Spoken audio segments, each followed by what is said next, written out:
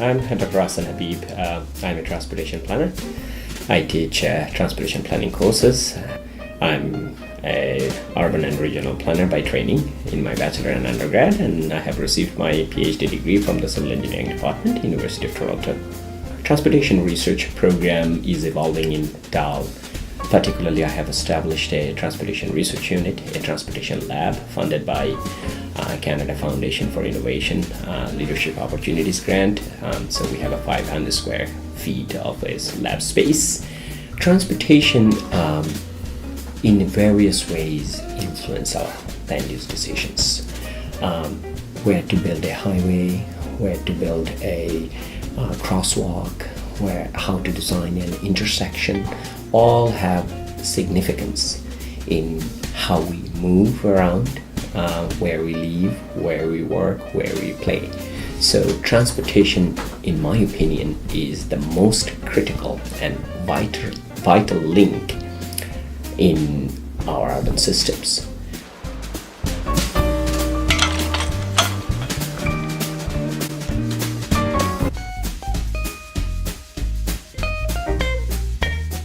I'm Patricia Manuel. I joined the School of Planning at Dalhousie University in 2001, having taught previously at the Nova Scotia College of Art and Design in the Environmental Planning program. I studied as a geographer. I trained as a geographer, physical geography primarily.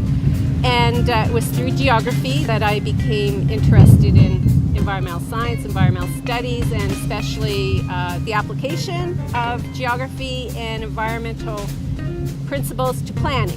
People are a part of the landscape. It's the physical and sensory reality of environment for people. Hi, I'm Eric Rappaport. After I did my master's, I did a PhD at the Royal Institute of Technology in Stockholm, Sweden, where also I did my master's. And I worked on transportation and air quality issues. One of the specializations I have is I teach geographical information systems, or Plan 2006 space, place, and GIS. So I spend a lot of time working with a technology that has to do with mapping and analysis, spatial analysis of places.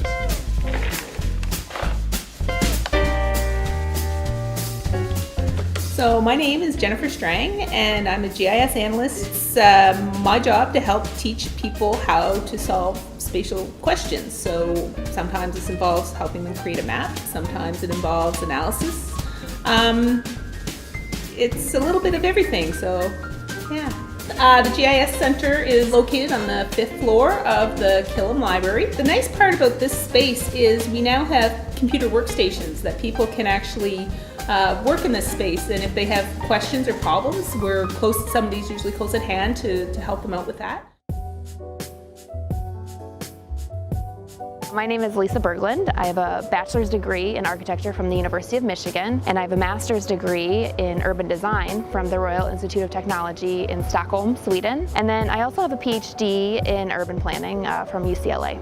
My research focuses on community development and social movements in the context of neighborhood change, so meaning processes like gentrification, displacement, redevelopment. My work also often takes me to post-disaster cities and neighborhoods.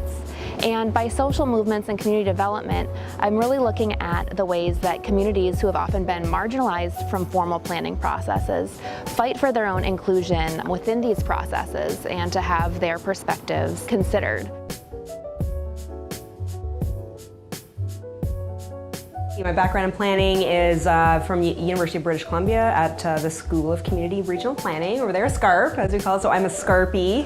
Yeah, so my research kind of crosses, I would say, two main areas, so housing and transportation are the two main areas, and then within that there's a lot of scope for, kind of a lot of different, if you think about, housing, there's everything from affordable housing to, the design of housing to, it's quite a broad area, and the same goes for transportation. So, for example, my PhD work was on the housing and transportation choices of immigrants in Toronto. I looked at the Filipino community, and then my work in Amsterdam was looking at transit-oriented development and how different city regions around the world have integrated that and how they've implemented TOD.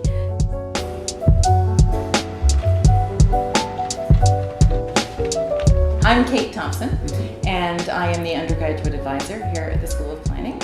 And I'm also a sessional instructor, and I've been teaching here for about 10 years. Well, I help students with planning their program. I give them guidance on the appropriate courses to take. The right scheduling. If they have issues with anything, I'll direct them towards resources at other places in the university.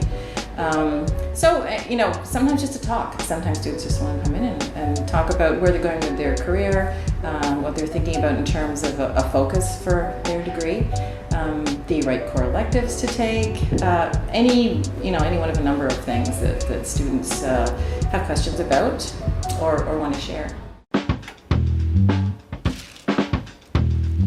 My name is Mikiko Terashima.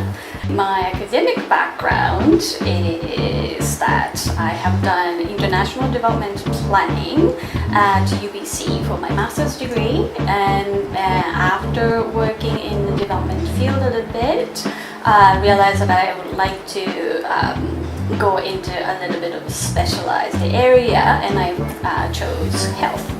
So I'm part health scientist. I did social and spatial epidemiology for my PhD and came back to planning to merge the two. Having studied health, I really thought strongly that in order to really influence the way we live and be happy, be healthy, be mentally healthy, really we have to change the built environment.